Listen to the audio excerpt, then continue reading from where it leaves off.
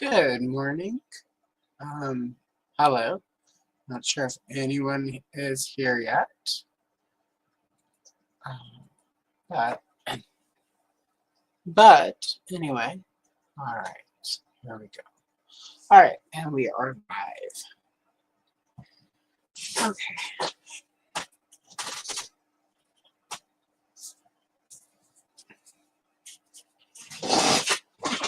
All right. Today we are going to be working in the DC Comics Wonder Woman coloring book.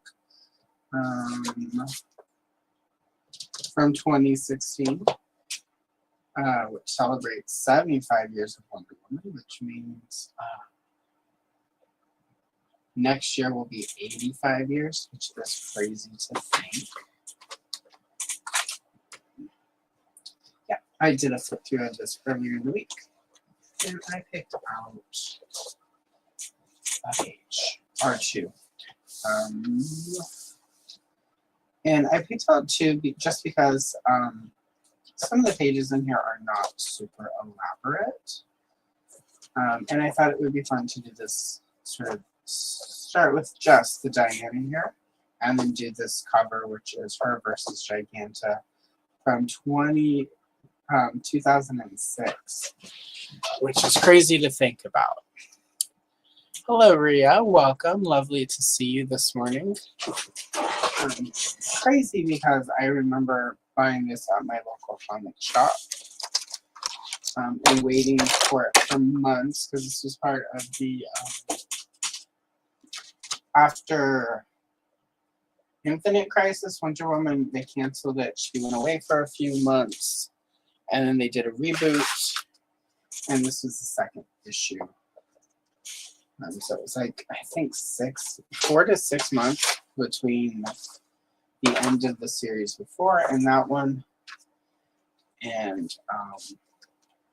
then it was late all the time because the guy writing it, Alan Heinberg, apparently was not very good with deadlines.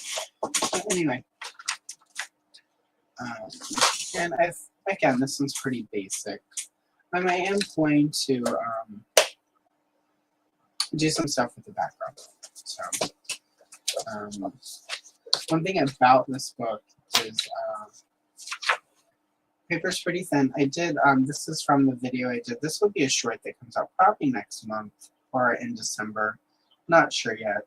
I use alcohol markers on both and did bleed through, which is fine because I scanned this page to print it out because I wanted some heavier cardstock when I do this because I want to try some effects with all the W's. And it's kind of limited what you can do on this paper as far as like watercolor effects or what have you. So anyway, but yeah. So but I did, as you can see, I did test my acrylic paint pens on this, and they actually did not bleed. So we're gonna play with those today on these two pages, as well as the typical stuff I would do. So, just so you get what's happening. How is everyone today? Hello, Carol. Lovely to see you. Hope you're having a great day. And hello, Mint with Card, who will be my guest in 2 or 3 Sundays. I'm not sure yet. All the thumbnails will go up later. We're going to do some GoBot stuff. So, the unofficial theme for September is GoBots.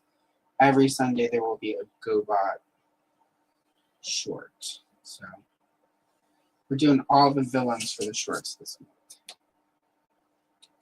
So, anyway. Just if you're wondering, I'm going to try playing with that for the next couple of months, where every Sunday has a theme. I did a whole year where every Sunday was a Care Bear short, and as fun as a Care Bear short, that's 52 Care Bear shorts in a year, one every week. Plus, there was some longer form. I'm gonna enjoy not having a bunch of Care Bear stuff all the time. So Not that I will just stop doing Care Bears because I do like them, but there will be a little less Care Bear action for a few months. So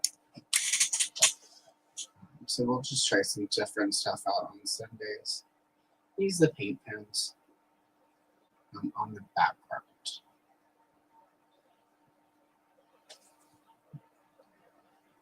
So we'll do some of the like yellows and oranges for this. I think it'll look well with the red and the blue once we get to that part of the equation. So hopefully everyone is having a good weekend. Mine has been busy. We had to go to grocery shopping stuff yesterday, and I had a bunch of other errands I had to run. And then more organizing of the studio. It looks really good for moving the art table and the computer and everything out there. And once it's all out in the studio, we will be filming and live streaming from in there. There's still a lot to do just because I have like 47 years worth of collecting toys and coloring books and CDs and DVDs and VHS. So it's a lot. And comic books. I've got all the long boxes. So it's a lot to go through. So I'm not going to get everything to where like there's a place for it, but I'm not going to actually. If we had to wait for me to get everything set up before I started using the studio, it would probably be another year. Just because, I got 8 boxes of Masters of the Universe Origin stuff, at least. And that doesn't count classics, that doesn't count. I've got an unopened Castle Grayskull from the CGI cartoon that I need to open, but I haven't put my Eternia together yet. So hopefully I'll have all of that in place in time for the snake layer to arrive. So, which is another way of saying that there will be a bunch. I don't know how I'm going to do the unboxing videos yet, whether I'll film them or I'll do some live streams or maybe a combo of the two. So, yeah, we'll see. Gotta figure it out. I also launched memberships on the channel. I'll go over those in a little bit, but some of that I might include some of the live stream unboxing sort of stuff for those, and let the people watching determine what gets opened. This golden yellow with some not quite but almost neon orange. That'll work well against the red and blue. So, let's see. My instinct was to do red and blue and then add some stars, but I can't find my star stencil, and I can't find I have a bunch of gold star stickers, and then I have a bunch of those sort of metallic stickers like you would get in kindergarten that are like red and blue and green and gold. If I had found those, we would give her some stars in the background. But we will save that for a future live stream. We'll go all craft and glue stuff and stick stickers. We'll make it a multimedia piece. Just double check. Yeah, so this paper is at least good enough that the acrylic is not bleeding through, which is good. Bare minimum. Get all the way to the edge here.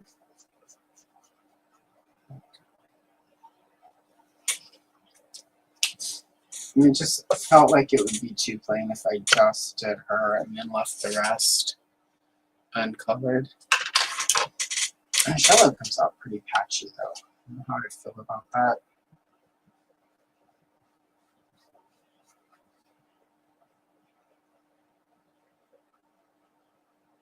These are, let's see, these are the Just Art ones. I saw these actually on TikTok. Somebody in a video was using them. They have a variety of acrylic paint pens, but none of them have brush tips. And I like a good brush tip. And mostly I've been pretty happy with them. Some of the colors are a little streaky, but I don't know if there's a way with some colors to sort of avoid that in marker form. So at some point, when I find a box with all of my acrylic paints, I'll break out the brushes, and then sometimes for backgrounds, I can start doing paints. That's the exciting part about finally having everything set up. Before, we were in that tiny apartment saving up for a house to buy and for the moving and all that. So most of my stuff is just in storage.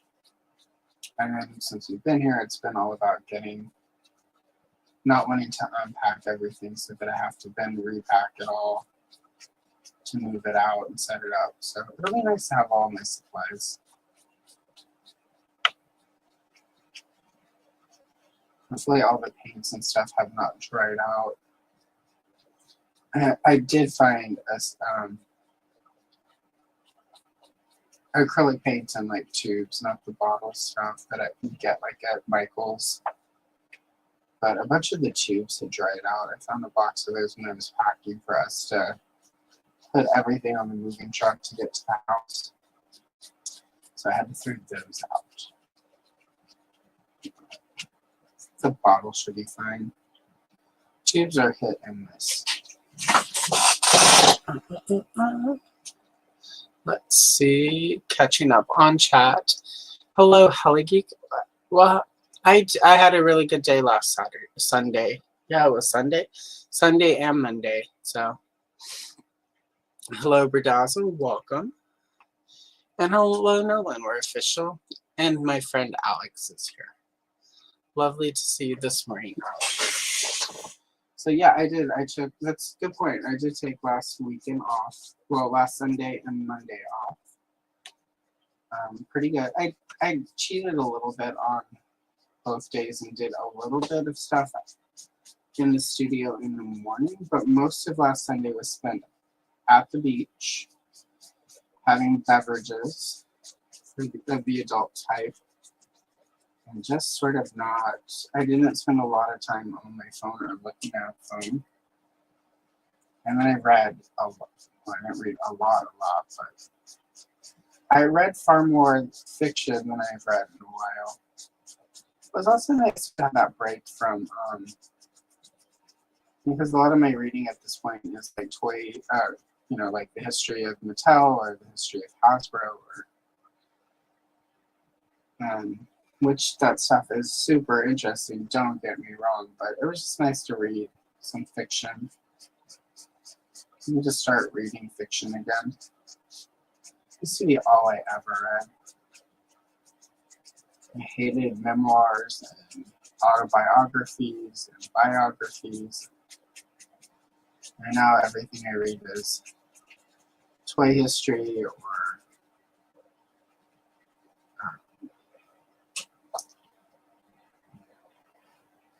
sort of political stuff, anti-racism.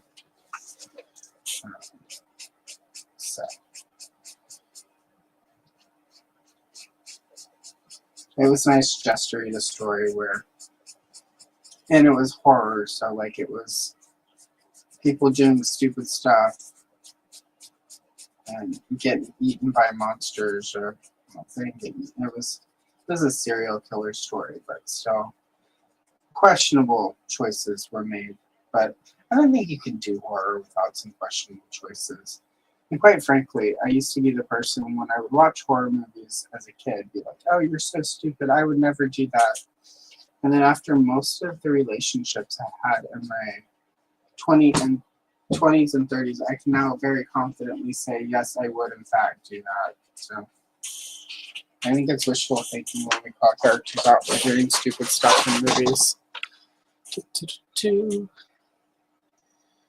Yeah, it definitely, like, it was sort of a back and forth thing. But a big decider of it was that I did get, because the DC Showcase coloring book had released the week before, and I had managed to actually film the page that I wanted to for it and get the flip through. I was able to get it all edited really quick. I'm like, well, I can release something, because YouTube is pretty, they can be pretty ruthless if you have a regular schedule. If you miss dropping content, you definitely pay for it. YouTube is just like, oh, if you don't care, we don't care either.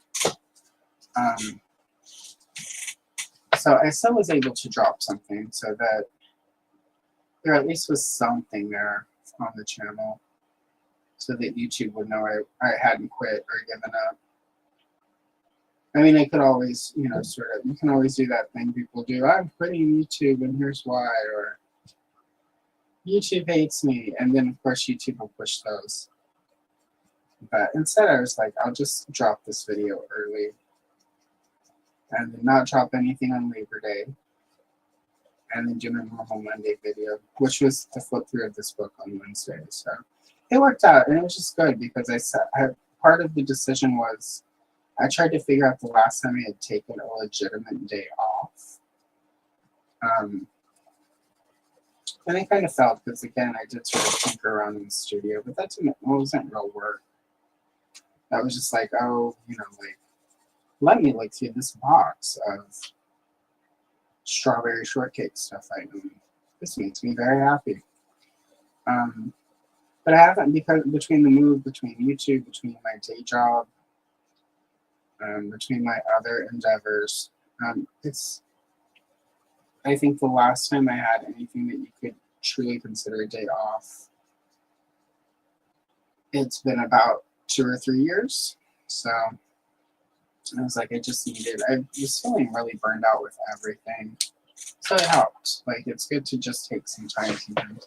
I'm going to do something that never happens when you're filming, that I don't normally do, but we're going to flip it so that I can finish this background. So, my wrist has been acting up this week, and this will help because I can just do my, you know, like, you have to sort of do weird things with your wrist if you're not flipping the page, which can make it super tight, which is bad for it. Another good reason I was like, well, the book's a good idea, because if I had done just a page today, I would have taped it down so that it didn't really move around. These books are difficult to take down. I've tried it a few times in videos, and it's just a hot mess. So we're going to flip the book. Break the rules today.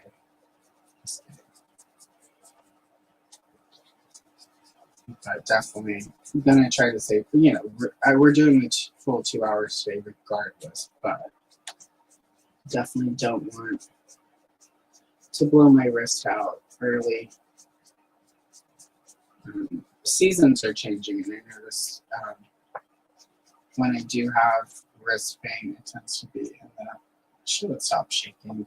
So one thing about how I've gotten as we move out of this room, the camera mount is not quite as stable. No matter what I do, I can't seem to get.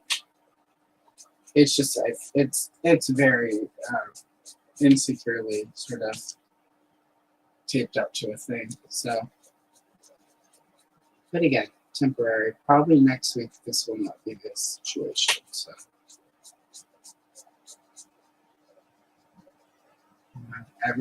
Hopefully, I'm not promising it, but it would be fun, and it is the fun.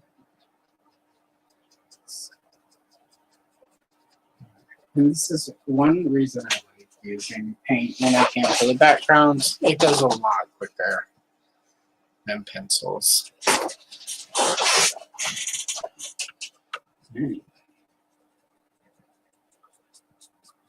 You can never tell how much of that stuff anyone cares about, so I will just ramble on about the paint process. or the coloring process. There's a channel I watch for tips, for like stuff, and when the creator will do tips, invariably in the comment section, people are like, I don't care, I'm just here to watch it for the thing. And I'm like, but this is literally a channel about tips. You're the wrong channel, my friend. There are plenty of channels that don't do anything but like time lapse, and you'll watch those. And the creator even has some videos that are just time lapse without like sort of tips. It's just weird. Anytime they do a tip video, somebody pops up in the comments. That's not why we're here. It's like, don't speak for me, Carl. Some of us are here to learn and do better. But you know how Carls are. They're the worst. I will say that one downside of these markers with the brush tips is the brush tips do sort of start fraying pretty quickly. So, but I've also had these a couple of months now and used them quite a bit. So they're not, they would last, they were like maybe, I think, oops, I'll fix that later. No little off kilter there. They were not expensive, so it's not like, you know. But I just don't use all of them, and there are a lot of them I barely used. You know, so even if I buy a new set, I'm going to end up with extras that will barely get used. Or one of the live streams I'll do a challenge, some live stream where I use all of the colors I never normally use. That is one of the things that I think would be fun to start doing for live streams. Where I do weird challenges that would be really difficult and boring for me to edit. I would do way more variety of videos if I didn't hate editing. So, it'll be something to brainstorm. I use all, and then that's clickbaity.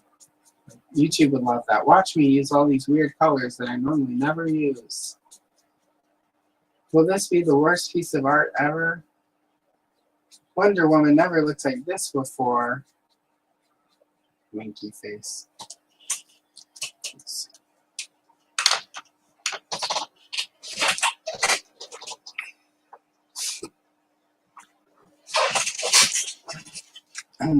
I'll do a video where like I've got actually, it's funny. There's like I do have a coloring page where She-Ra is waking up.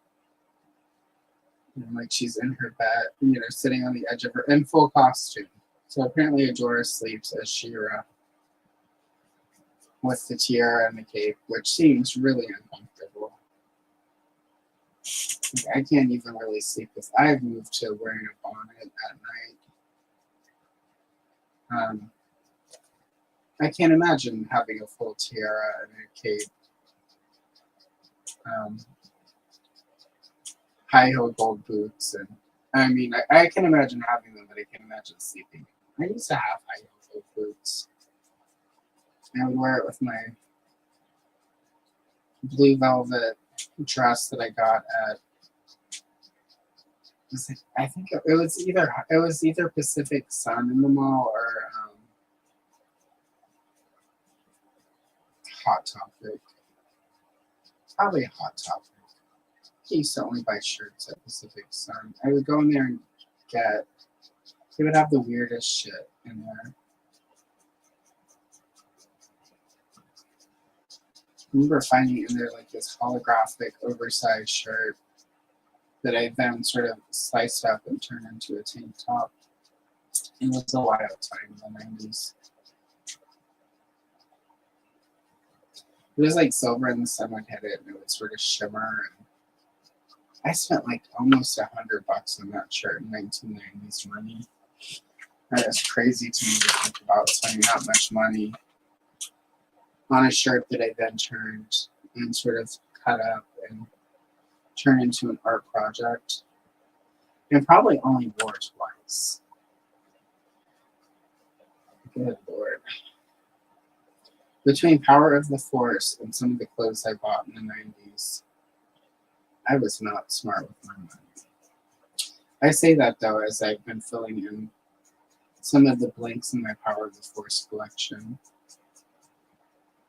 I'm working on a 30 years of Power of the Force video that I've been working on since it was 25 years of Power of the Force. Because I'm slow, but it will be done before December, hopefully. Yeah. All right, there we go. And we've got a background that dry. A minute, see if I miss anything in chat. Nope, just everyone saying hello. There we go. Yep, that yellow is a lot more patchier than the orange, so. But it's fine. This one is just for you guys on this live stream today. Hello, CJ. Welcome. Lovely to see you today. And obviously, we'll definitely finish this one today. So I'll finish one on stream today for you guys. And then we'll start on this one. Maybe not finish that one, but it's not super complex, so maybe we will. It's just the rocks will take some time. So, but otherwise, on the other side of this, maybe we'll use some alcohol markers. That, of course, makes it. No, I want to do that one. So never mind. Never mind. We will not be using alcohol markers on this one. Because I think this one I'll probably do as a short. But this is a cool picture, even though this is David Finch, and he does give her sort of the two tiny waist, two, the abnormal boobs and booty. But he does give her proper muscles in the arm. And she does have sort of thighs that you can imagine, like, it's just sort of from the torso to the booty that is a little out of proportion. Dodson, I find, is a lot more realistic in his proportions. It's still cheesecake-y, but she's got a pretty decent waist here. Like, this is, you could find people with this figure. This one is sort of in that in-between place where it's like almost realistic body type, but not quite. So, but it's less noticeable to me than the David Finch with the tiny Barbie, old school Barbie waist. That's one of the weird things is they don't really do that waistline anymore for Barbie. I didn't quite realize it until I was unboxing a bunch of my Barbies and found a bunch of the newer ones, compared it to I've got some of the 80s ones. I was like, wow, that's really interesting. I mean, because sort of I've noticed it, but it's just until you actually compare sort of old Barbie and new Barbie, you just don't realize. Alright, this is pretty dry. The page is curling, but once it's closed up, it'll be fine. Just be a little annoying today. Alright, so I'm going to go in. This is Prismacolor no longer makes these. These are the white fast line, and this is cadmium red hue. And this is my favorite red pencil that Prismacolor made. And when I heard they were going out of stock, I went and bought. And they weren't making them anymore. And this has been, at this point, about 12, 13 years since they stopped making them. I went and bought a bunch of boxes. So I've got like 4 or 5 boxes that have like 10 pencils in them of this red. because it's the perfect red, in my opinion. And it's really similar to other, I mean, they've added reds to the regular Prismacolor line that are basically this red, but because of whatever formula they use for the light fast, it has a really different consistency than the regular. It sounds like Matt is in the next room coughing a little bit. I hope he's okay. But we'll survive. If I hear a thump, I may, like I'll mute it and go check on it. But otherwise, we'll assume that it's his allergies. But yeah. So anyway, these reds are really cool. Sorry about the potential death of my significant other in the next room. Let's talk about this pencil really quick. I'm kidding. He's fine. Thank you. Also, Holly Geek, at some point you should join me on one of these streams where I have a guest. Like, we'll have you on here and we can color or something such. And get you making the rounds.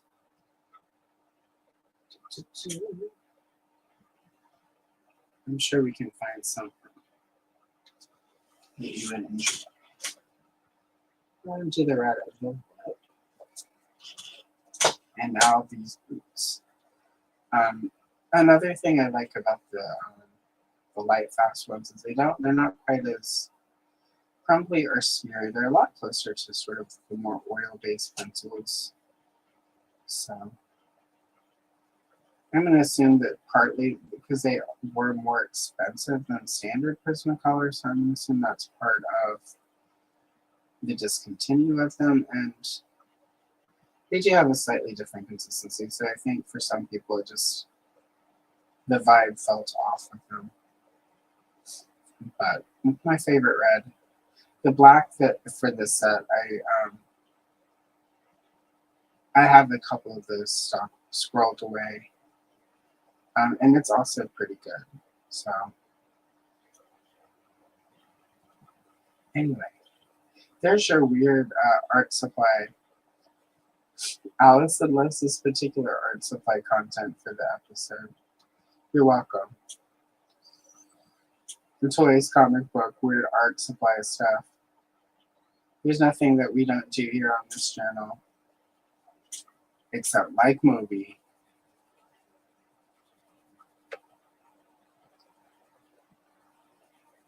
I had somebody legit ask me recently in person, so it was even more outrageous that they would dare. Like, you don't really hate movies that much, do you? And it's like, oh, honey.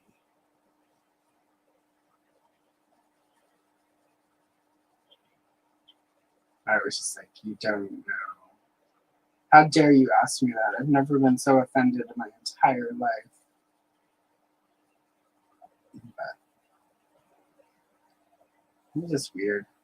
It's like, why would you ask somebody that? And I later figured out it's because he likes movie. And it's like, of course you like movie. That makes perfect sense.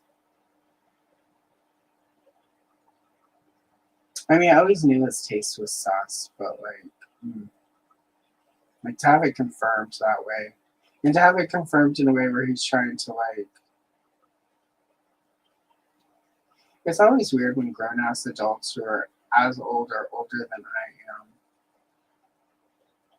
will ask questions where you realize that they're wanting your approval of their taste, and just like, you don't either like him or don't. But like the fact that I dislike him shouldn't impact your bad taste. Like if you have bad taste, you've got bad taste. Like that's okay. I like a lot of very bad movies. Like, Serial Mom is one of my favorite movies because it's just so what it is. And also just a reminder, we are post Labor Day, so you cannot wear white shoes after Labor Day. And for everyone who gets pissy, that does not mean like sneakers, tennis shoes, Reeboks, Adidas, etc. Athletic shoes are exempt. I mean dress shoes. You can't wear white pumps after Labor Day. And when spring comes, you can break your pumps out again. Where's the people wanting to get pressed about that who like, it's like, unless you're going to start wearing white heels, you're fine, Carl. So.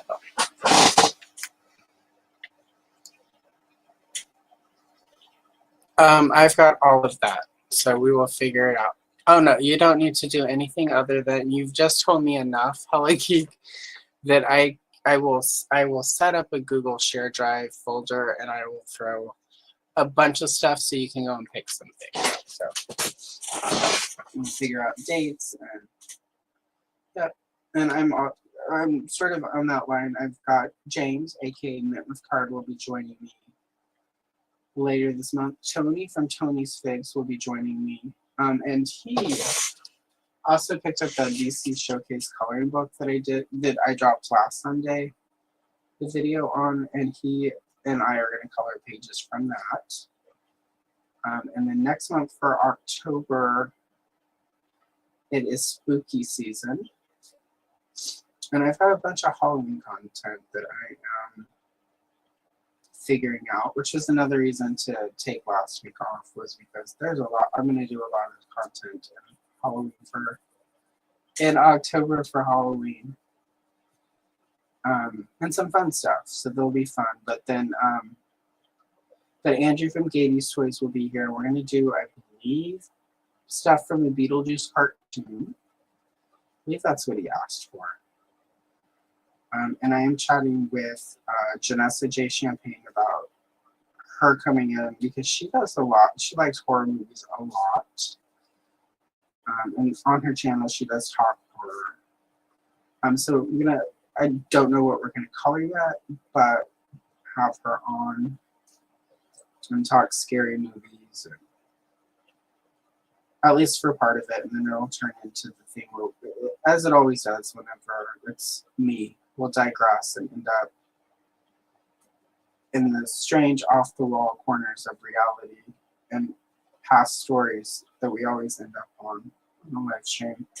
And then Chris Plastic will be joining me, and we're going to color, when Chris is here, pages. I found this really cool 1980,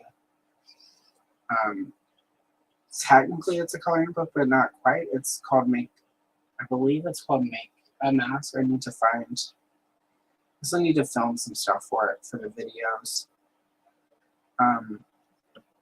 But it was released in 1980, and it's like on wire bound, and it has Halloween masks in it. It came with rubber bands with little hooks so that you could actually wear the masks that you colored. So Chris is going to join me. We're going to color some of the masks. And I'm gonna, there'll be a full flip through and a bunch of coloring stuff for all of the masks. But so I'm trying to. We're gonna have a little fun for Halloween this year. We were in the middle of the move last year for Halloween, so I did not get to do as much as I would have liked. That was when we moved 6-ish hours from Portland, so there was a while where it's like I worked day job stuff Monday through Friday, and then Friday afternoon I was in a car driving 5 to 6 hours, and that was down here working on the house, and getting it ready for us to move in. It's on with like the utilities and the garbage service and all the stuff that you need.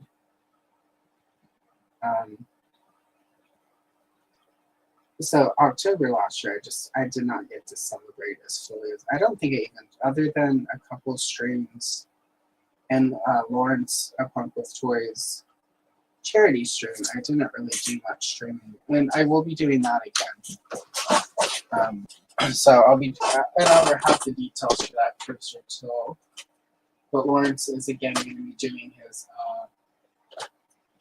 Toys for Tot fundraiser, and I'll join him on his channel for a stream, and we'll color. I think he wants to color, well, I don't know if he wants me to say that, but I do need to finish finding some images for it. But that'll be fun. So once that happens, I will drop links for that so people can And basically any super chats you send to Lawrence during the streams, he will be donating to Toys for Tots. Of course, YouTube takes their cut of those, so you'll have options for people who, trust him enough to just send them money and not do it through the YouTube option. Because he works with a specific store in his area of the world. Sarge and Red's toy store, I believe they're in the Detroit area. So I'll have a lot of details on that pretty soon. It's fun because despite the joke that I hate children, I don't hate them. I just don't want them. I've got cats. Cats are more than enough. So.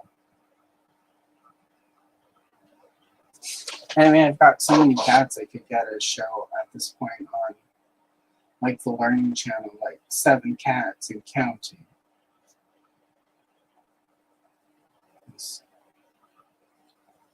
If I did have kids, people would think I was so weird.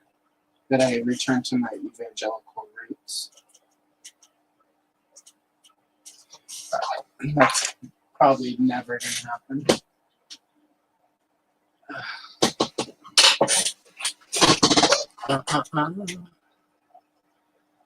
Yeah, Tony is amazing, so. Yeah, he's one of my favorite people.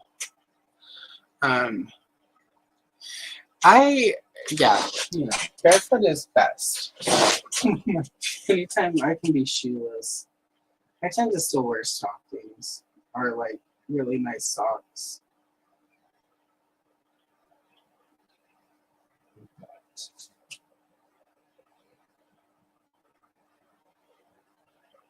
I mean, just, we've got the 4 kittens and they are still in that, like if you walk by them and they're in a mood, they will attack your feet because they're like playtime. So it's definitely important to have socks on. I went without socks for a little bit when they first got here, and kitten claws, while cute, they can still draw blood. So.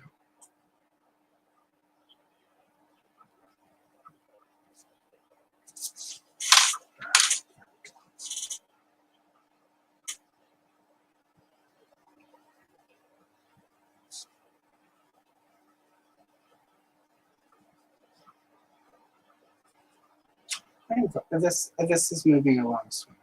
I'm glad I decided that we would just start with this, move to the other one, because I do like finishing a page on stream. I don't mind starting one that doesn't finish, but I like to finish at least one. It feels super accomplished. All right.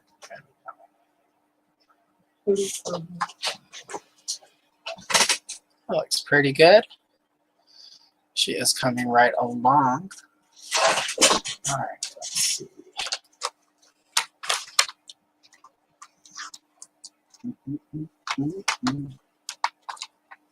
All right, let's do the lasso.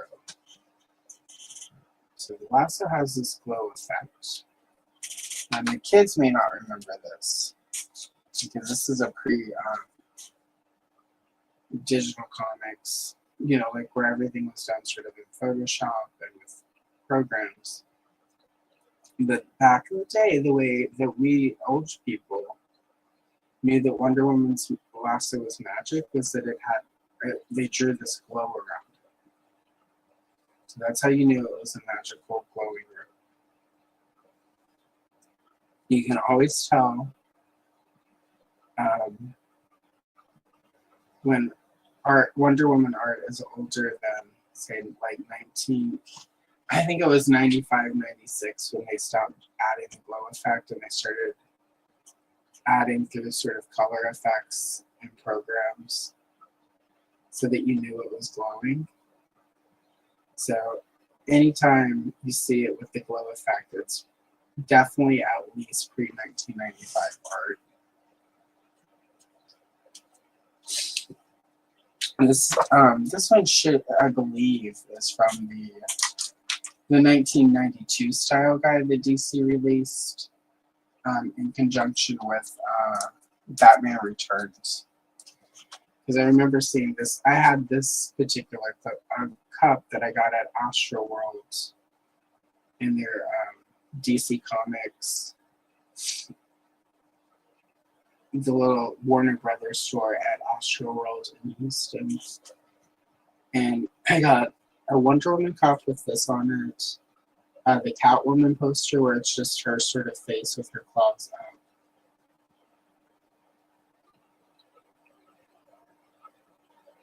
And like those are, and you get that at the end of the night, so you don't have to walk around the park all day with your stuff. But those are two. Between that, the giant turkey leg, and then my ex throwing up on the Accelerate. I mean, he wasn't quite my ex yet, but we were to the point where it was about to happen. I was ready for it when it finally did happen, let me put it that way. That was Carl number 2. But he threw up on the Accelerate, and it was on one of the curves, so he threw up, and it like basically hit him in his own face. So that was a pretty good trip. I got a cool Wonder Woman cup, a Catwoman poster. He threw up in his own face. Saved me from having to do it later. Good trip. Those were the days, guys. Oh, shoot, that's right. Right, my silver marker. My silver glitter pen is almost done. But I am.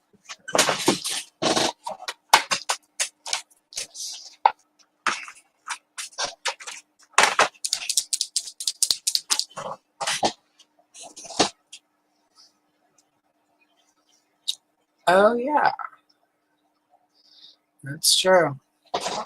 Yeah. The kittens were playing in the curtains earlier, and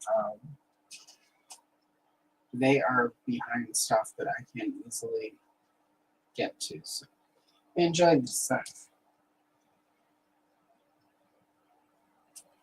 So this paint pen is a little bit thinner than these, and also than the glitter pen, but that's fine. It's pretty silvery, so it'll be cool.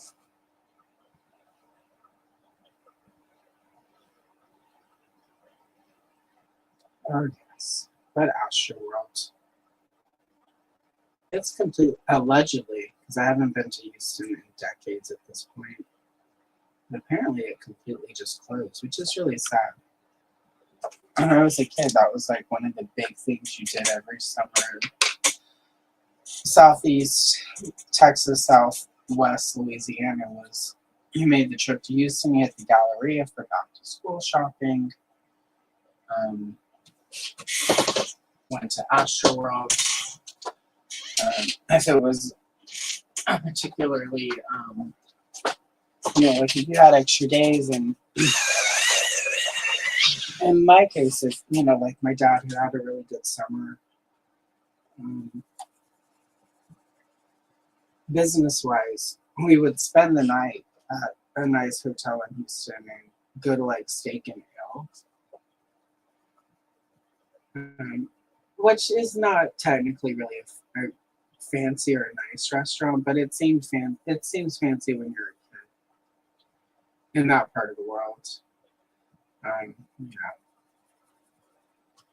you're sort of, I can't necessarily say nouveau rich because we were never technically rich, but at the time my dad was making sort of really good money, so we were like the American equivalent of Eurotrash for a couple of years there, and those were good summers though. Like I do miss, and there used to be I don't know if it's still there. There used to be this big giant building, and I don't know what it originally was, but it was basically a big flea market. It was just like hallway after hallway of like booths, and there was like an upper section. And there was this one really good vendor who had like an entire corner of one of the upper levels for old paperbacks, and I would just every time we go, I would find all this. That's where I got like stuff like Valley of the Dolls and Peyton Place, and I remember getting like the novelization for the Halloween movie there, and a bunch of like 70s horror stuff. Like, and I would get, there were a bunch of comic vendors and toy vendors. And so, you know, like a lot of my comic books, I found somebody there who was selling, again, this is many, many moons ago, but they had the entire, all, like 9 out of 10 issues of the 1974 Supergirl solo series. The only one they were missing was the issue where she met Wonder Woman's sister Nubia. And Supergirl becomes an official Amazon for an issue. And so I got all of those one year when we went there. And so the entire ride home from Houston, I was reading comic books, and this was a pretty long ride for us. And so it was like 4.5, 5 hours depending on traffic, and everything in Houston is very trafficy. So if it was trafficy enough and my mom was fed up enough, we would stop in Beaumont at Toys R Us. And so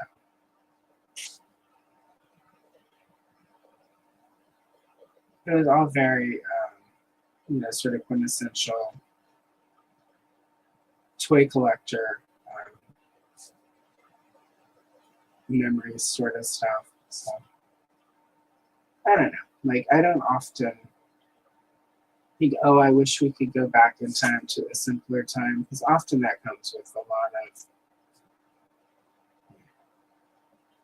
lot of baggage with the older times. That when we were kids, we don't quite, you know, we didn't quite get some of the baggage, but it's those moments that, like, I kind of sometimes, like, I miss that. You know, I miss being able to sort of go to Toys R Us or go to a flea market and find, you know, before, you know, like everybody, like, because she had stuff that technically was rare, but it was like all affordable. Whereas now it would all be, you know, like, there were books I got that sort of in the collector's, you know, the collector's mentality of the modern age. Like, the copy of Peyton Place I got was like one of the first paperback printings. So that, you know, that would have been, in today money, it would be hundreds of dollars to get that paperback. And I got it for, it was like $5 or whatever. Yeah, it was less than $5 to get it. She had something where it's like, depending on the age, it was a few dollars more than, but some stuff was just like still cover price. So if you found a $1.50 paperback, you got it for $1.50, even if it was 10, 15 years old. There were a few things that were like a little bit more spendy, but for the most part, like, it was just cover price. Sometimes it would be less. If there's like, the cover was messed up or whatever, she would knock her a nickel off. But anyway. These are the childhood memories that I have. Going to Houston, Toys R Us, Astro World. I mean, the year I got the the Catwoman poster, that was right after I graduated high school. So sort of the end of that sort of golden age of childhood. It was the last time actually that my entire family went together to Astro World. I went one time after that with my parents, but my brother didn't go that time because he went and did something with his friends that year. So, and the last movie my parents and my brother and I saw, we all went and saw South Park, Bigger, Longer, Uncut. Because shockingly, my entire family enjoyed South Park. So. And before that, we went and saw episode 1. So those are our last 2 family movies, were episode 1 and South Park. It wasn't long after that I moved to the Pacific Northwest. So, oh wait, we got that one. Yeah, I liked it's my favorite part about Steak and Ale was less the food, and it was the way they had like the bottles in the wall. So it was like all the different. There's like red and green and like yellow, so it was all multicolored, and it sort of had this like old English building style look to it. It was really the aesthetic. I barely remember the food. I do remember my mom like sort of like, oh my god, it's expensive. And my dad having that like we can afford this now sort of moment. So, but I would have gotten something off the kids menu that year. I think I was still under 12. We went to Red Lobster one time. And because it was the first time we could afford Red Lobster, my mom was like, get whatever you want. And I ended up with a giant shrimp platter.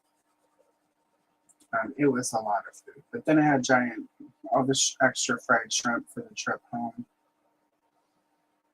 And so I did not eat fried shrimp for a long time after that. Because it was one of those first times where they did like, your never-ending fried shrimp. And this was sort of the beginning of several of my eating disorders. So I could eat a lot of shrimp.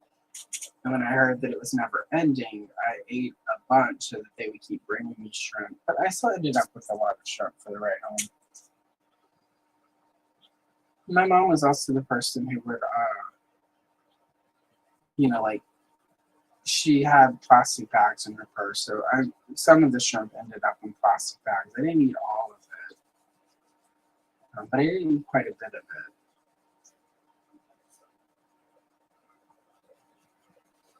But, yeah. And so for the rest of the trip, 3 to 4 hours from Houston to get home, the car smelled like fried shrimp as we ate shrimp out of plastic bags from her purse.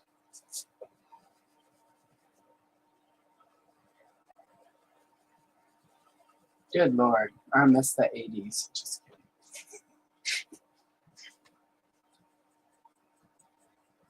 We had, and that was the year we had the big brown station wagon. So it was very Griswold coated.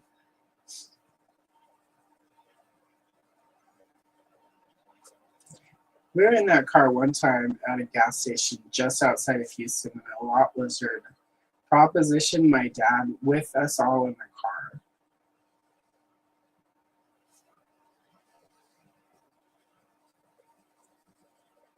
That was hilarious. And I'm not sure how she made any money. Not to be rude, and not to body shame anybody, because Lord knows, as I age, I enter the front zone. But if you've ever heard the saying "rode hard and put back wet," I think this is the first time I'd ever heard this saying.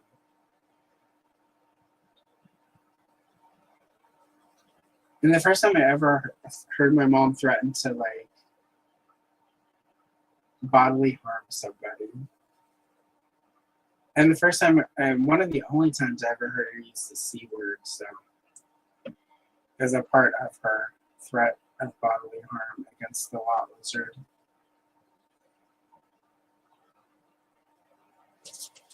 Oh my goodness, you guys. Yeah, I would climb into the back of it, especially on long trips. And there was like a foam mattress. It was super thin, like maybe that thick, like an eggshell foam mattress that we had back there in a sleeping bag.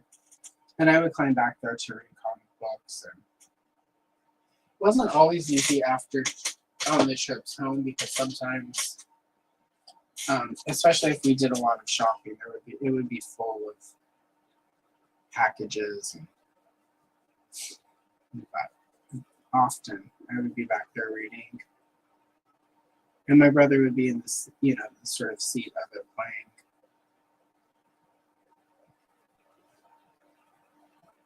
But yeah, that was fun. It was good times. Like again, that's sort of what I'm nostalgic for. And, like I've sort of identified that, especially the last few weeks, getting all of the collection sort of in one place and prepping it to start building the display. What I've really realized is so much of it has, like, obviously I adore Star Wars, I like Wonder Woman, so, like there is that affinity for the property, for the characters, but a portion of it is literally just, sort of remembering those trips and stuff I've had since childhood. I literally can be like, oh, my grandmother bought me this, like, we went to that store that she loved, and she got me this, and on the way home, we stopped at Dairy Queen, we got dip cones, and then we drove around for a little while and listened to her Dolly Parton 8 tracks.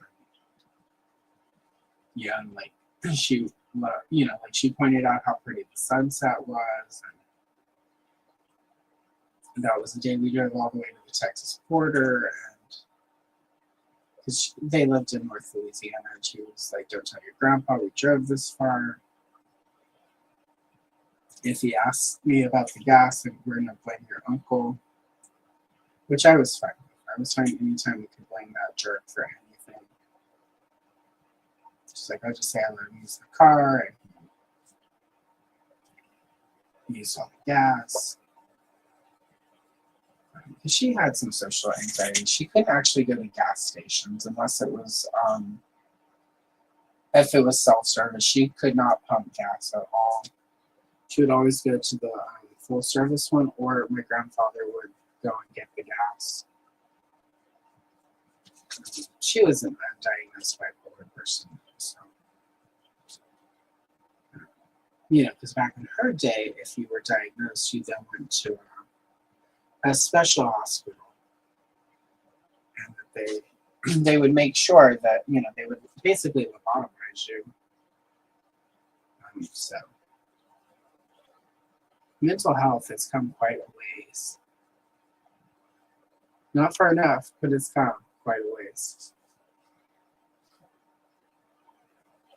But yeah, so that's a big part of for me, the collecting is the good times, the happy, I've mentioned it, my parents were not perfect by any stretch, and there's definitely some stuff. There are definitely things that, like I hash out in therapy, but, and mom's no longer here, so it's limited as, frankly, how mad you can get at dead people. Just because they're not, you can't call them and chew them out. But at the same time, they didn't ruin my childhood, and I don't hate them. They're not members of, like even if my mom was still there, I wouldn't have gone no contact with my mom. The rest of my family, other than my brother, my dad, and my mom, like the rest of them, yeah, I've gone into contact with most of them. They're not very good people. But, that's part of why my parents, some of their flaws were directly because of how terrible the rest of their families were. So, luckily, right now I've got, I'm lucky and had several good therapists who really helped me so that I didn't become sort of bitter. My parents did the best that they could do with what they had. So, anyway.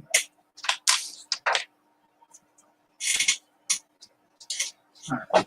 I'm giving her skin some shading. Hello, Kenzo. Lovely to see you.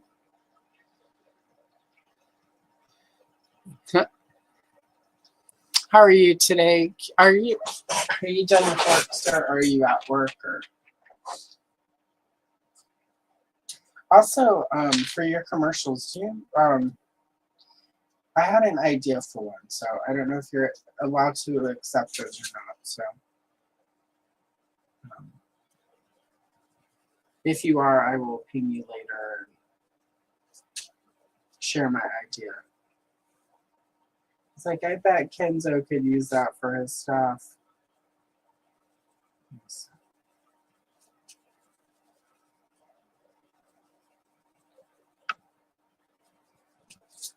Normally don't go quite this peachy for Diana's skin. For this era of Wonder Woman, I tend to go a lot lighter because George Perez's era, they tended to use a lighter peach for her. But I think with all the yellows and orange, I can get away with the peachy. And Dotson Wonder Woman definitely had a peachier skin tone, so it would definitely be this. And then everything post the movie, because they've been trying to make her look more Greek, I try to use henna and this peachy one. I don't tend to do a lot of the newer stuff just because they can't decide what they want to do with the costume, and it frankly sucks. Anytime you give Wonder Woman pants, you're wrong. And it's like when Superman doesn't have underwear on the front of his outfit, it's just wrong. The costumes are iconic for a reason. And somebody was like, well, how am I supposed to relate to some man who has underwear on the outside of his costume? And I'm like, I don't know. How are you supposed to relate to a man who can, who's faster than a locomotive and can fly through space and has superpowers? You can relate to all of that somehow, but the fact that his costume has trunks is throwing you.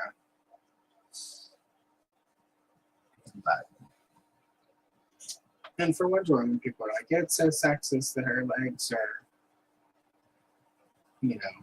like that. I'm like, it just makes sense.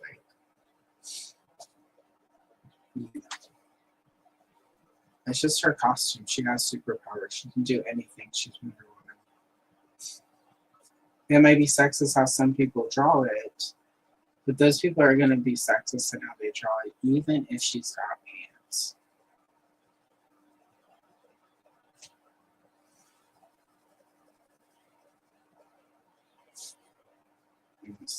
I think it's more sexist to alter a woman's clothing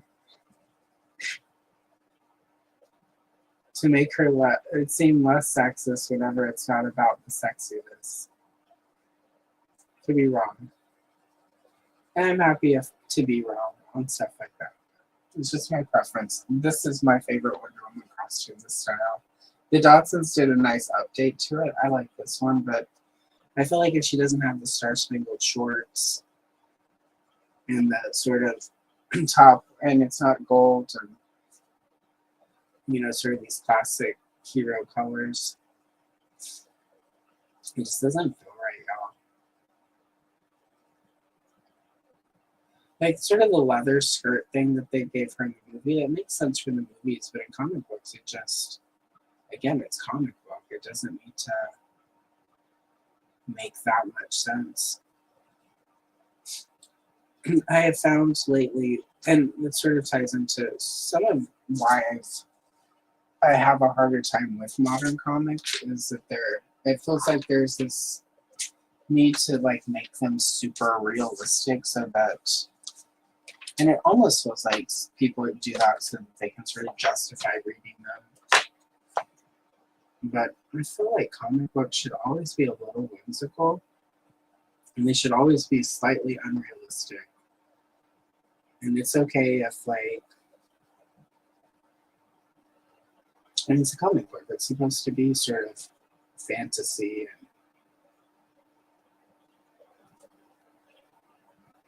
and I don't know. It just seems like a weird way of removing joy from something by trying to really push real world into it. And I think it makes it, like the X-Men is a good example.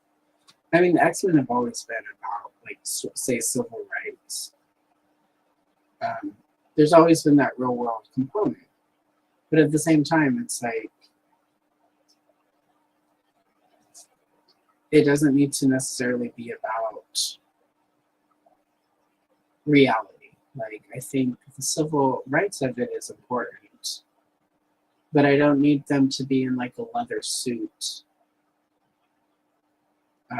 that makes sense rather than spandex. Like, I can deal with the real world sort of subtext of things, but like that makes sense to me in comics, but like their clothes have to be something people could actually wear just because like we're gonna do movies.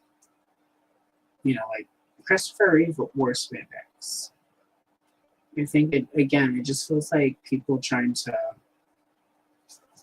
fancy something up so that they don't feel. I don't know if immature is the right word, but like it just feels like a way to rob comic books of sort of like their innocence and their joy. Like, that's kind of too much to reality. You go to the real world, but then again, it's not as fun. It's not as like escapist whenever you're looking at it and it's like, oh, yep, that would work as clothes. I could wear that. I don't know. I had somebody working at a comic shop who disagreed with me and said that's why comic books, you know, like don't sell as much as they used to. It's like comic books don't sell as much as they used to because you can only get them at comic book stores for the most part.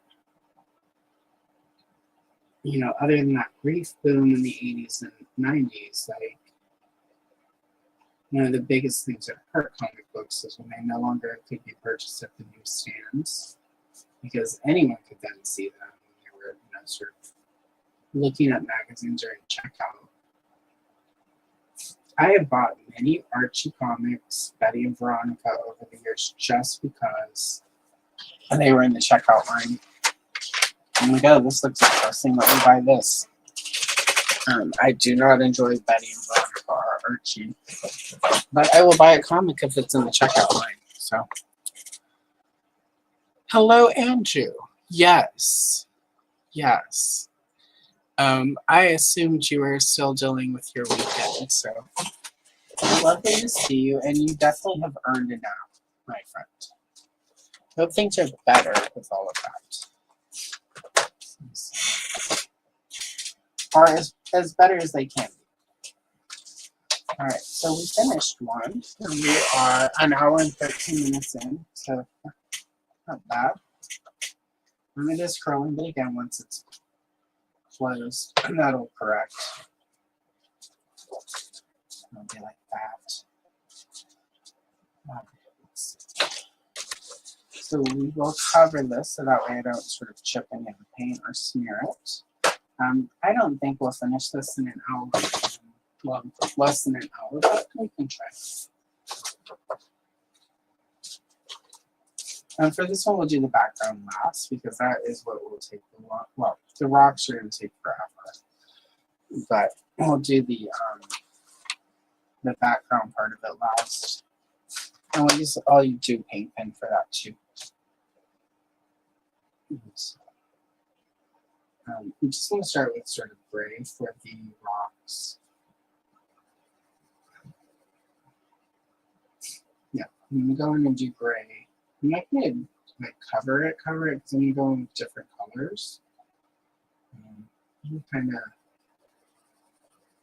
try to get a little artistic on this one. I think I'm going to go in and add. The original cover of this is very sort of orange and gold and, you know, sort of sunset, sunrise sort of lighting.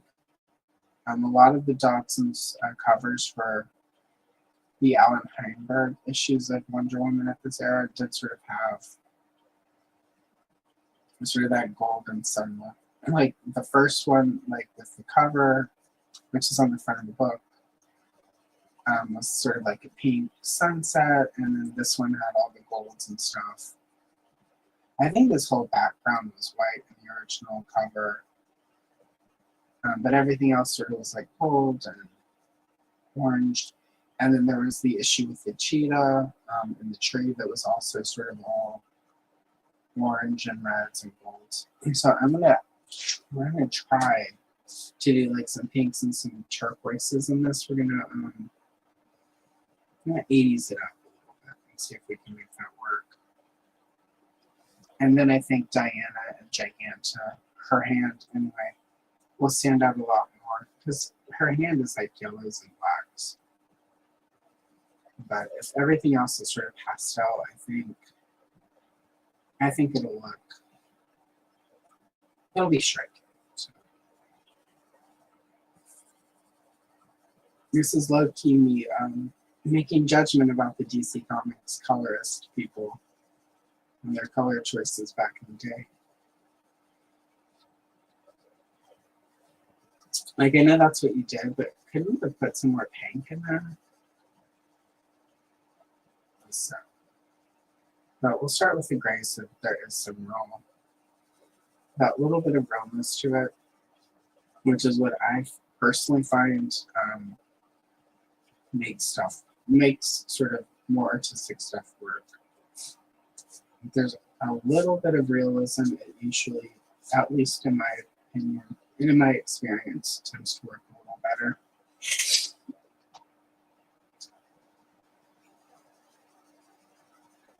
And so, not necessarily even going to try to, for sort of all the debris, I'm just going to color. I'm not going to worry so much about where the lines are outside of the floaty stuff.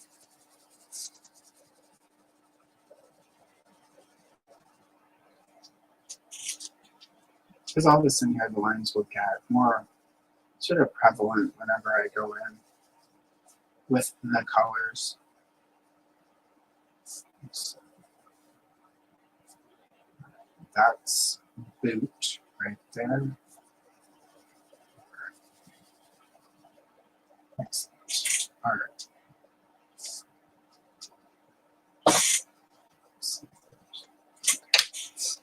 So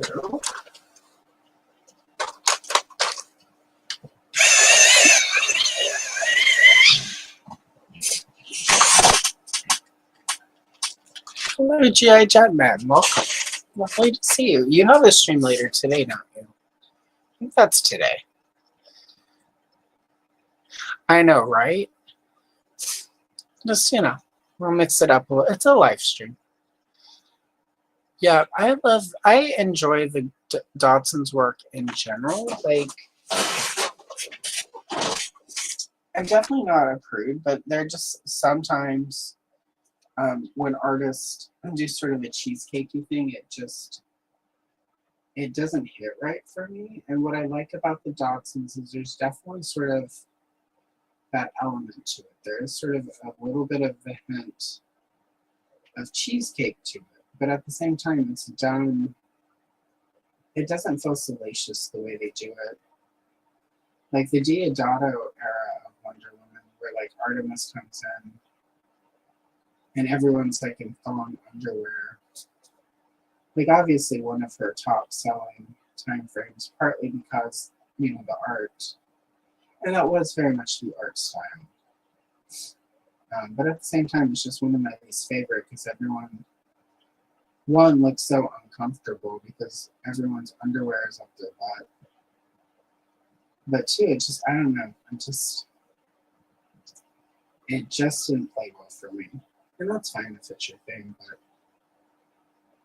again, it's not even that it's, sort of sexier art. Again, I don't technically mind about that as long as it feels tasteful. And Dodson's, I feel like, strike that perfect line between things having sort of that sort of lush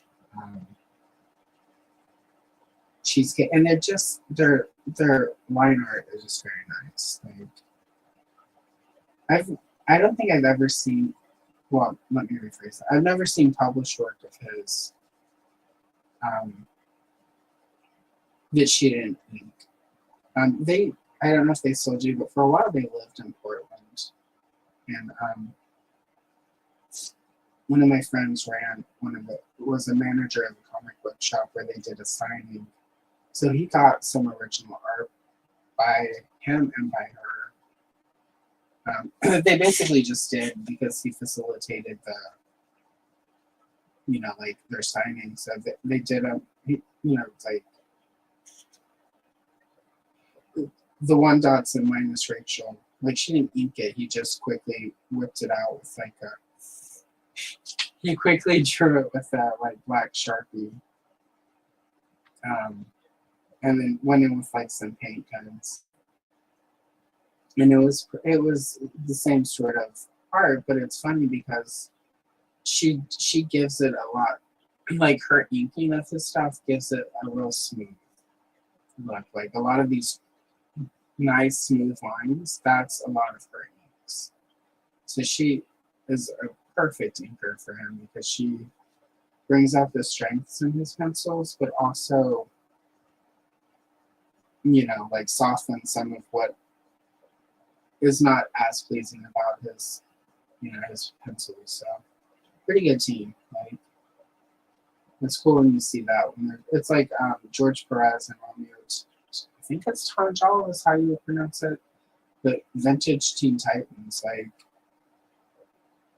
like his inks on Perez were just really gorgeous. Like it was a good team. Like, and I think a lot of that was him.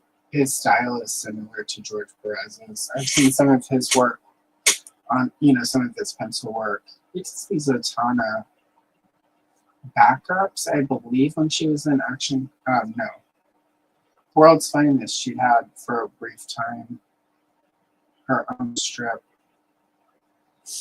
and in that one of them was done by him. And his style is close to Perez's, and so I think that's part of why it looked so good when he would ink him. But so yeah. But Perez's best art was always when he inked himself. It's just at his heyday he was penciling so many pages that there's no way he could do all the inks too.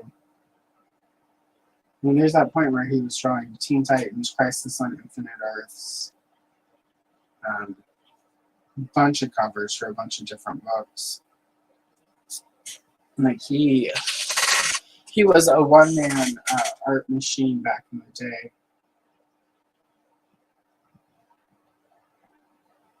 He is the one artist I did not get to meet that from comic books that I regret that I didn't get to meet. It just never worked out.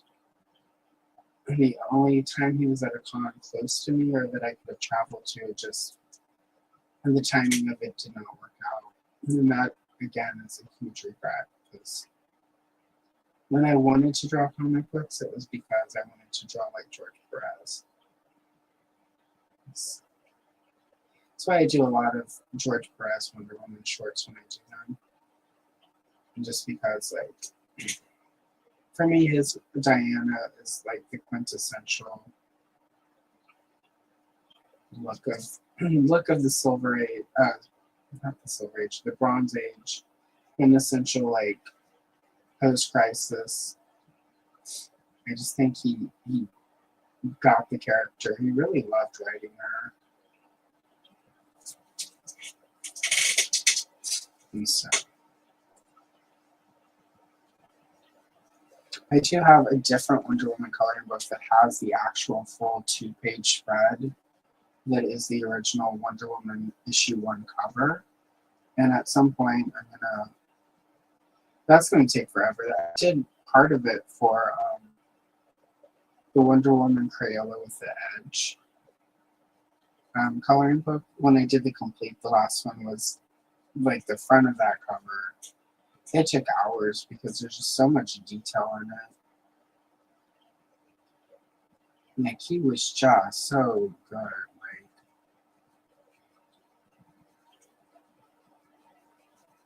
anyway, I will stop fangirling over George Perez. But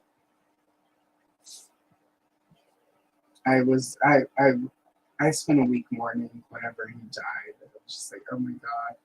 It was not as bad as when, yeah, I still like feel shitty when I think about Carrie Fisher no longer being with us. The same with George Perez, but it didn't hit me as long for as hard as it did with Carrie Fisher for George Perez. But I had a solid week where I just was mad at the world. There are people who can't even draw feet, and they're still here. Why? But he had also been ill. He had to cut back on conventions and drawing because I think his eyesight, if I'm remembering correctly. So it wasn't a surprise. It was just sad. It's a little bit easier when you know things aren't good. And you can start prepping for them. But I do wish I had gotten the opportunity to have him sign something. I did get to meet Marv Wolfman at a Comic-Con in Portland and had him sign a repo of New Teen Titans 1, the cover. It was like a poster. And just get to tell him, like, thank you for all the, like, stories that, like, made my childhood better. So thank you, Marv Wolfman. So that was really cool.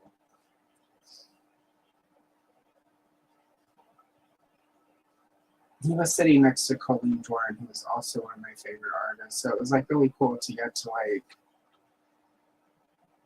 get both of them to sign stuff and sort of talk to them. And when we walked up, they were talking to each other.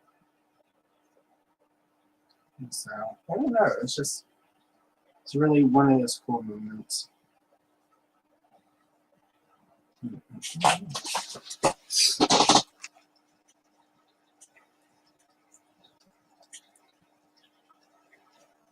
Yeah, yeah, Jimenez is really good, actually.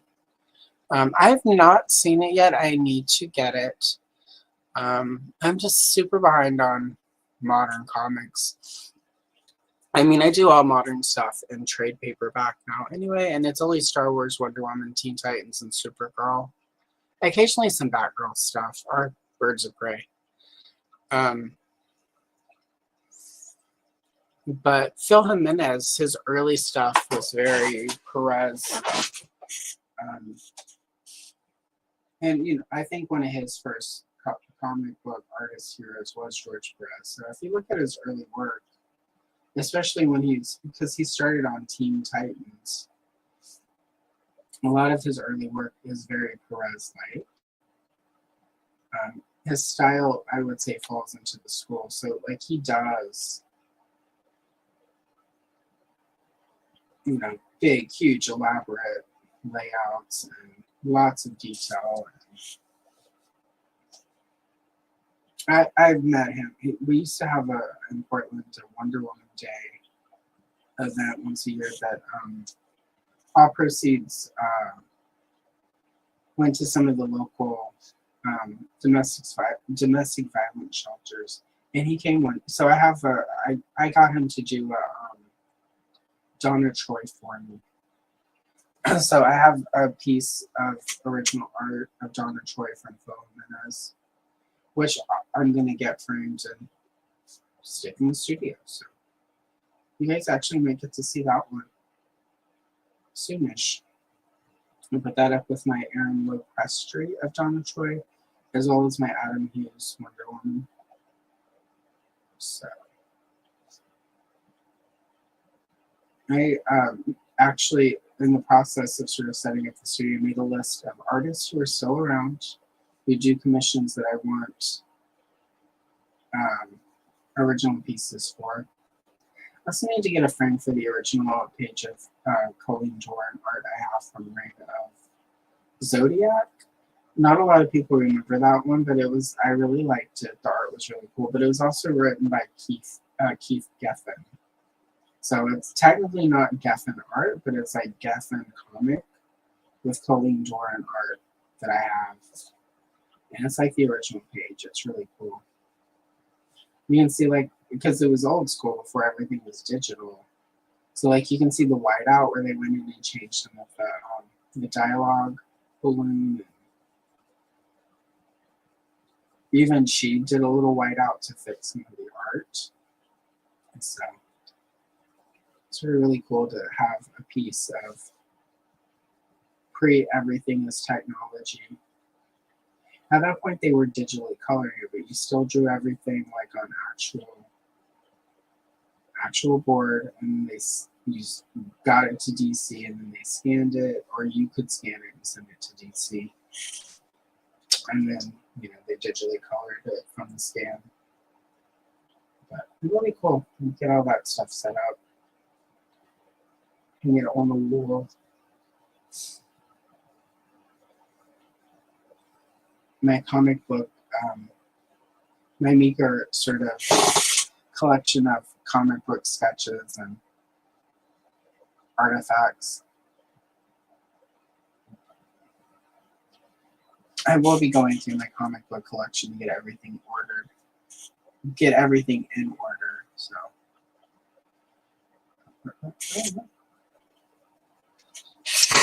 Time it up.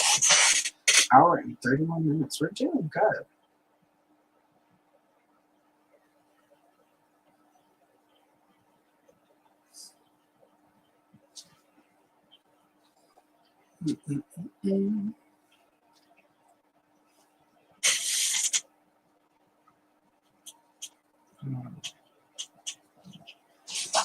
Let's check the chat. Oh, well, hello, chat. Lovely to see you. You've got your stream coming up today, too, so I will be bouncing around between streams today. I will probably see all of you at some point. Thank you for popping in. Yeah, having the original Donna Troy was really cool. That's obviously my last name on on the internet. Troy is from Donna of the Troy.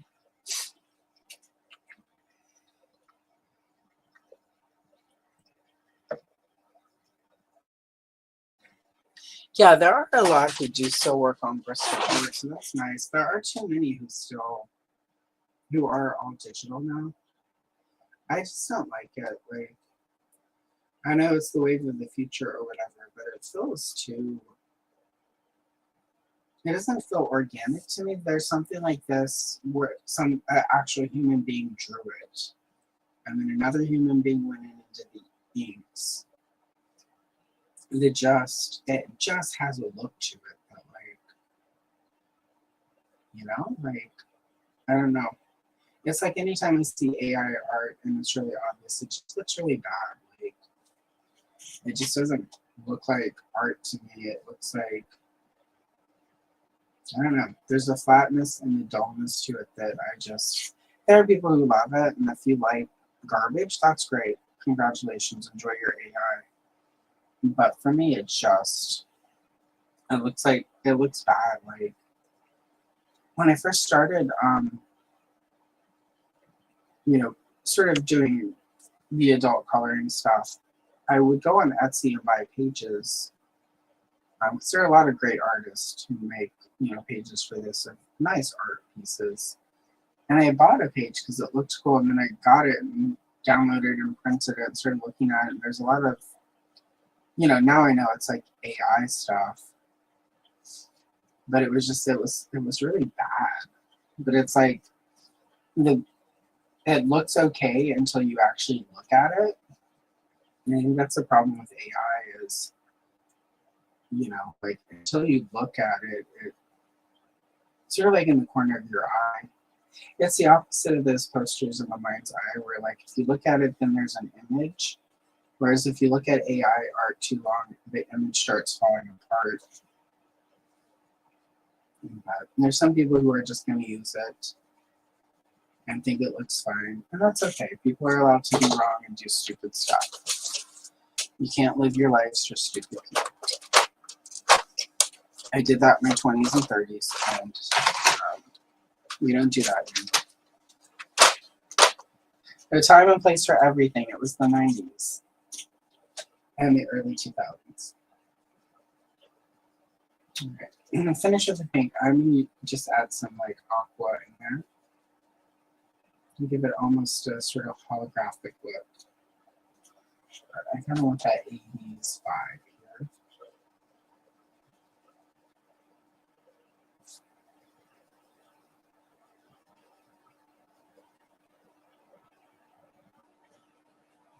And I don't think we're probably not going to finish the second page today, but we'll get to it. We've got regularly do web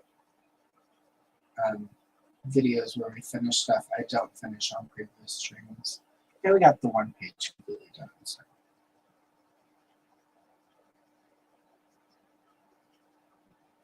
That's an accomplishment.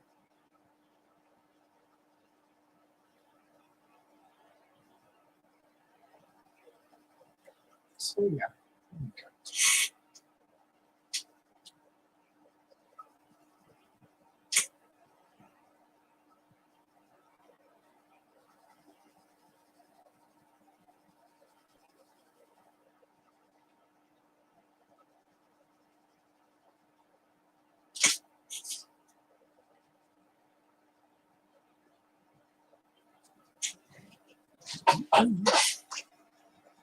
Oh, boy, thank you.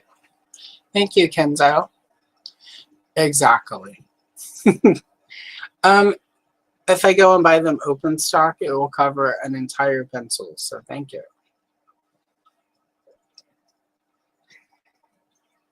Oh, the cringe. My niece tried to explain to me recently what cringe is. And what I've realized is everything cringe is just basically like kids being embarrassed by older people and being embarrassed by other people doing stuff that they think might be embarrassing or authentic. Because one of the things she cited as being cringe was her friend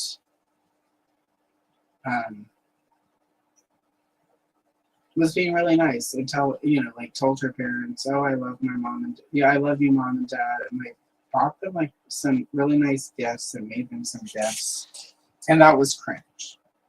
So I think when kids talk about stuff being cringe, they just mean people are like don't care what other people think and just doing it. So I don't know,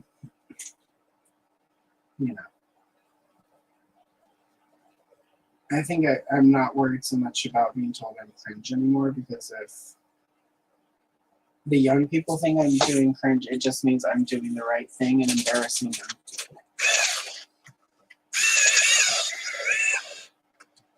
Like my niece still gets triggered whenever I say sucks.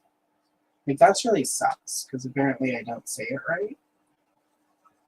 So I try to pick up any bit of jargon I can from any of their slang and try to use it really like an all-person word, or use it wrong.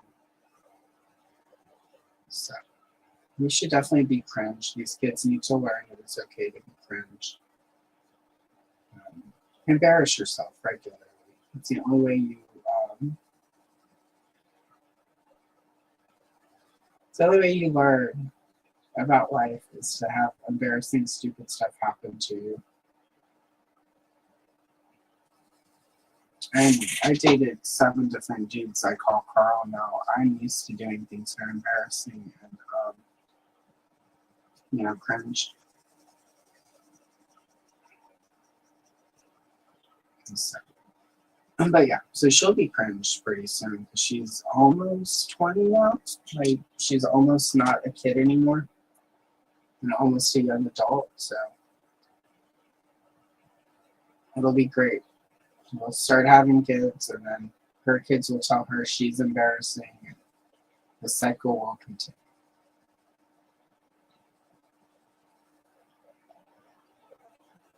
But my whole philosophy is if you're not embarrassing a teenager, are you even really living?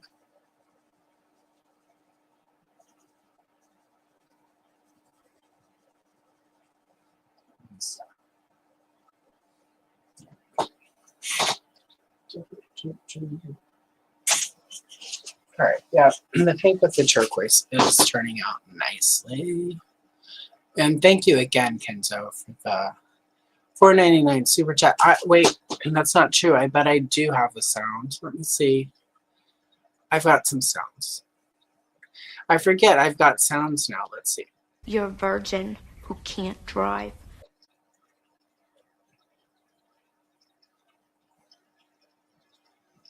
Did that play? Maybe not. Kalel, no!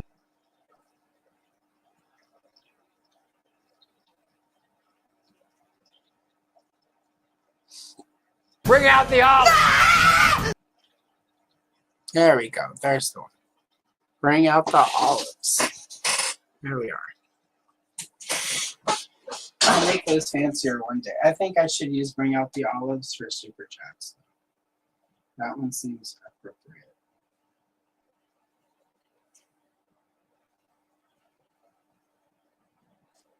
Also, you guys, Clueless is 30 years old this year. Speaking of old things.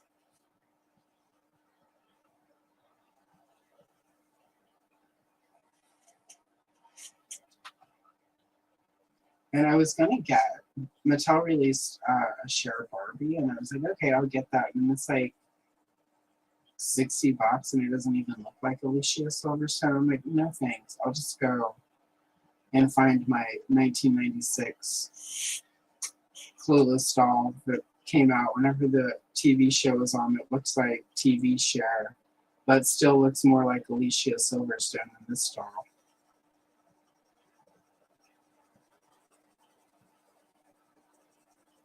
Such a weird choice, Mattel. It's possible they couldn't get likeness rights, but frankly, with like Stacey Dash, it's not like she's doing anything right now.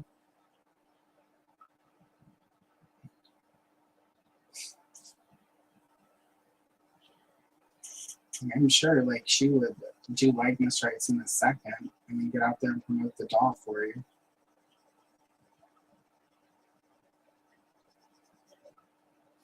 She can't even get hired in TV anymore.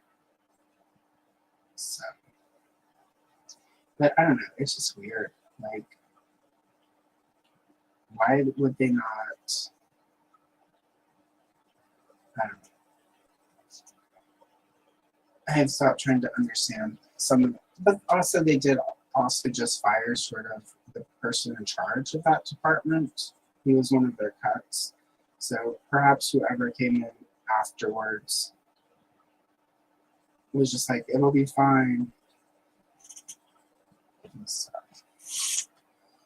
going through who Mattel let go as part of their downsizing, some of them don't make sense. Like that's your brand, okay?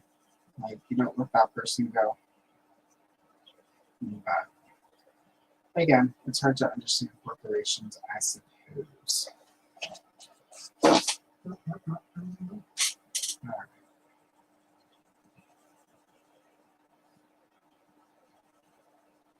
We'll just pretend with these rocks because of the pink and the aqua that Giganta has attacked Wonder Woman and it's in a 90s Taco Bell.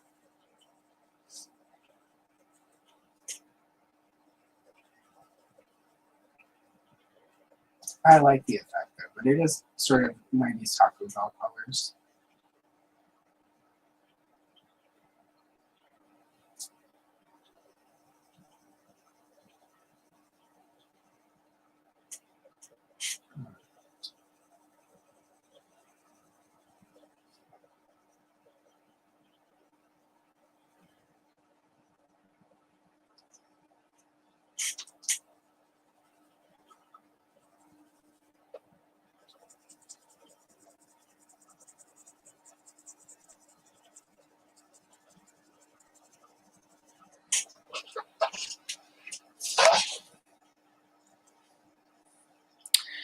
She is, and we're not going to talk about that because apparently there was a phase where she would chew up her child's food and then feed it to him, and yeah, I can't. I haven't had lunch yet, and I probably won't have one. And anyway, Yeah. I always, yeah, like right where she was having her Twin Peaks moment. Let's see. Oh wait, what did I miss? Oh yeah, there we go. Oh, the champagne one. I don't. Let me make sure. I think I have the champagne one. That would be a good one too. Here we go. And enough champagne to fill the Nile. Excellent. Yeah. That would be good for super chats as well. I have to figure out what sound to use for like when people do memberships. I'll figure all of that out. I did launch memberships on the channel. And their tiers and all, but we'll talk about those next week. Just because like I have to plan out what the first month of tiers are going to be. I mean, I know what the tiers are, but I have to actually, because one of the tiers is a members only video. And I still need to pick what the members only video will be for this month. So we will talk about membership stuff next Sunday. It'll also be a solo stream next Sunday. So we'll spend a little time discussing membership stuff. And if you choose to give me your money, what that money will be going toward. And sort of what I would give you for the membership. So yeah. But yeah, I did finally, YouTube has been sending me monthly for like 6 months. Like, you need to do memberships. So finally just so that they would leave me alone, I went ahead and launched them. And then we'll talk about them next week. So.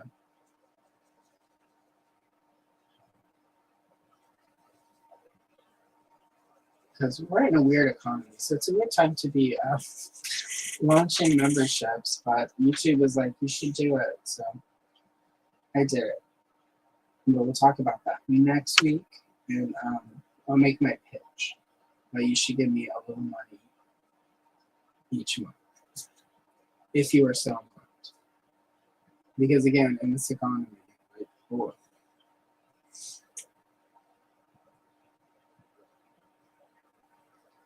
But one of the things I do have planned with it though is you actually will get to pick some of the content for the channel. So it'll give you a little control. And I did 2 tiers. There's, sort of a super basic tier. It doesn't have a lot, but also isn't a lot of money. So.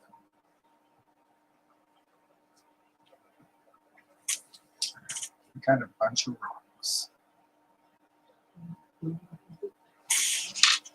Excellent. Yes, exactly. Birding. And I just, again, if she feels like it's a benefit to her and her child, congrats. Like, good for you. But it just, I don't know. I grew up in the South, in the Bayou, and I've seen some weird shit. Like, there are the families that are very much flowers in the attic, your typical Southern joke about, like, she's not good enough for her family, she ain't good enough for you. Sort of, there was a family, like, that lived down the street from us who their only true vehicle to go get groceries was a tractor. So they would get on the tractor and drive down the street to basically a convenience store, which, like, definitely not cheap groceries, but that's where they're, like, they're juggling, because that's as far as they could get on their tractor. And, so I've seen some weird stuff, so I can't technically, let me rephrase that. I technically shouldn't be judgmental, but I kind of am. But I'm not going to do that this morning. There may be somebody watching whose mother chewed up their food for them every day, And they are, I can't even finish this sentence. Anyway, if you're watching this and your mom did that for you, I hope it worked out for you. But it's beyond what I would consider normal weird. And that could just be that I'm judgmental. So. And I'm happy to be judgmental sometimes. We can't all be perfect. I must also have flaws and character traits that are flaws. And in this case, I will judge anyone who chews up their child's food to feed it to them when their child has teeth.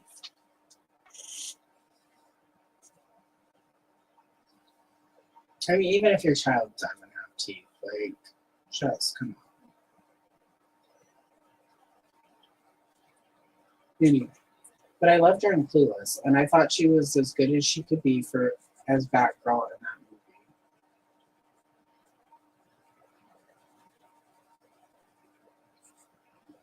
They're also apparently doing a Clueless reboot where it's shared now and she has kids, and we'll just see how that works. Move this page a little because I can't get to the curtain easily.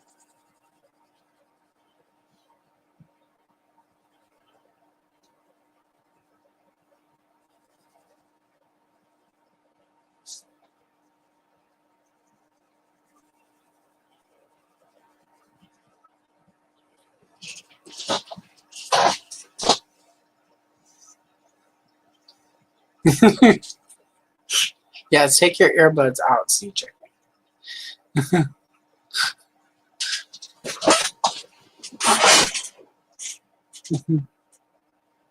Yeah, again, like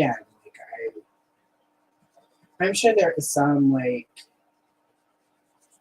you know, brilliant psychologist for kids who's like, this is, and that's how she came up with the idea. Like she read a study, or you know, has a pediatrician who swears by it. It's just, I don't know, guys.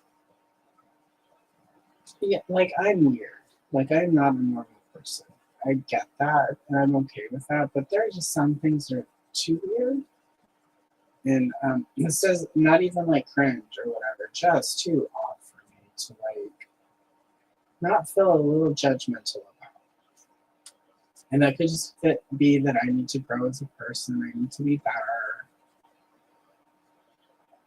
That's still, it's just too strange.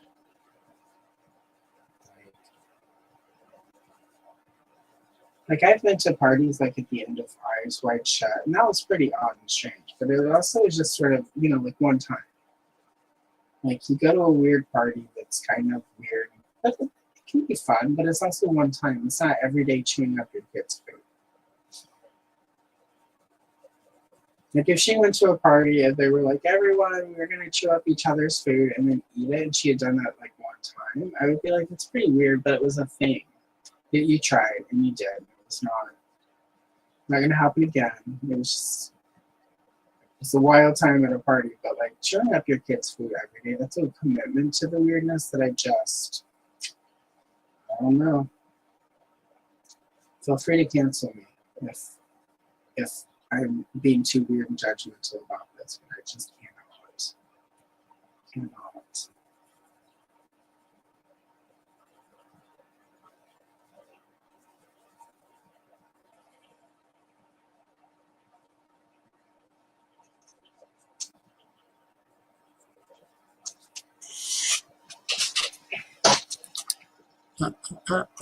All right, we are at an hour and 54 minutes. And my hand is starting to say, hey, bitch, let's stop this. So, go ahead and knock it off. Oh, we did actually get quite a bit of this one done. We just need the rest of Giganta's hand. Wonder Woman herself, background, and then the logo and whatnot. So probably do that on a whip, but we did finish this whole page. So I finished one, which is an accomplishment, and I'm pretty happy with it. I wish the pen had not been as streaky and left these lines.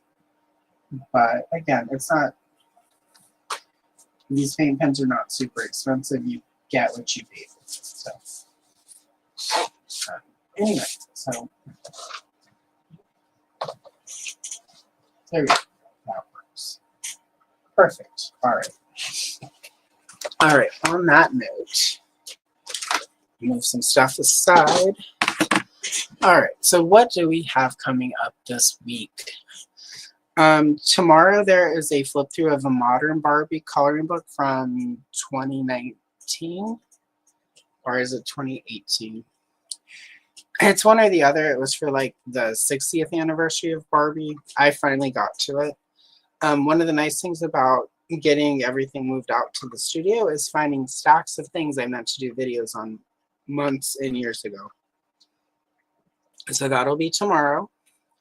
Next Friday is Color and Chill Empire Strikes Back. It's Darth Vader and some Star Destroyer commanders. Saturday, keeping the Barbie theme going, is the Barbie 1984/85 product catalog. No, I'm sorry, it's just 84. And the next Sunday, I will be here solo again. I have not decided what we are going to color, but we are going to talk membership and everything. Yeah, so we will talk about that next Sunday, which is the 14th. And I'll go over what, and by then I'll have like the members only video stuff set up so that if you do decide to give me a little money and you pick the tier that gets free videos, well, yeah, well, technically not free, members only videos, there'll be a video or two waiting for you. So yeah, and shorts all this week. Really quick, let's see what the short theme is this week. I think this week is Strawberry Shortcake and then a Rainbow Bright short. So we are leaning into the pink aisle except for Friday with Empire Strikes Back. So, and thank you very much. And thank you, everyone. And thanks for hanging out with me. And thanks for coming back after I took last Sunday off. Because, you know, YouTube is always like, if you go away for a day, everybody's going to forget about you and hate you. And you can hate me. Just show up and watch. So, and one last time, thank you again for the super chat, Kenzo. And Bring out the olives!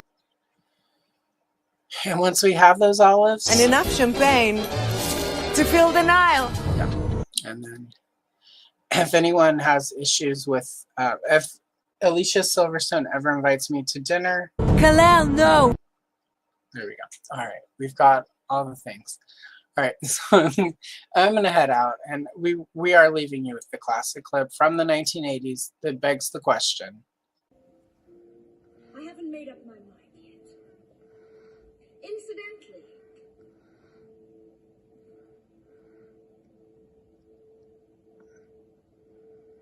which one of you bitches is my mother?